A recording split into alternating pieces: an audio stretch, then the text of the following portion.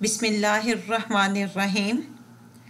आज हम सीखेंगे कि ख़त कैसे लिखते हैं।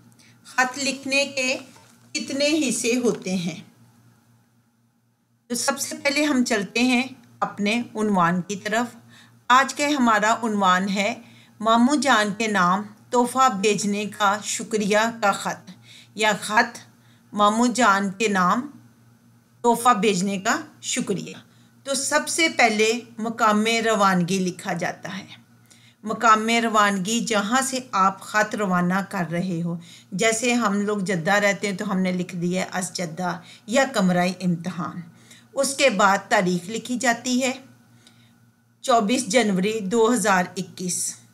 फिर जिसको आपने ख़त लिखना होता है उसको अलकाब से पुकारा जाता है। जैसे हम मामू जान को लिख रहे हैं तो लिखेंगे मेरे प्यारे मामू जान।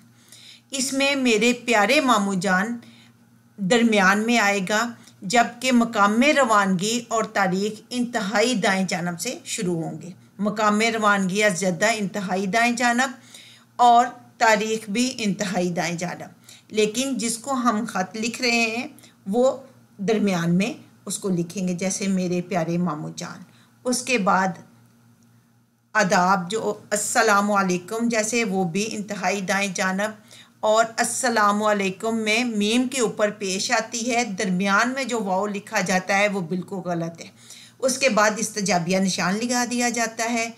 इस लाइन में कुछ नहीं लिखा जाता, छोड़ दिया जाता है। उससे नेक्स्ट लाइन से हम शुरू करते हैं और दरमियान की बॉडी जो होती है या दरमियान का हिस्सा जो है उसे हम नफ्स मज़मून कहते हैं।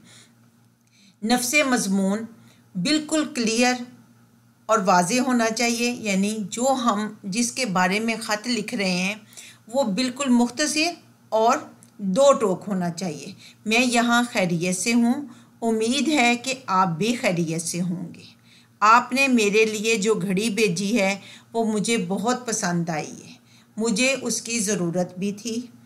ये मुझे वक्त की पाबंदी सिखाएगी। इतनी खूबसूरत घड़ी बेचने के लिए आपका बहुत बहुत शुक्रिया। घर में सबको सलाम देना। वस्सलाम। फिर हम ख़त का इख्तिताम करते हैं। इख्तिताम पे आप अच्छे अल्फाज से मुखातब करते हैं जिसको आप ख़त लिख रहे हैं। उसके बाद आप अपना ताल्लुक़ ख़त लिखने वाले के साथ ज़ाहिर करते हैं। जैसे हम मामू जान को लिख रहे हैं तो आपकी भांजी या आपका भांजा, अलिफ बे जीम, या फिर इधर आपने अपना नाम लिखना है। दुआओं में याद रखिएगा। अगर आपको वीडियो पसंद आए तो प्लीज़ लाइक और सब्सक्राइब करें, और दुआओं में ज़रूर याद रखिएगा। जज़ाकल्लाह खैर।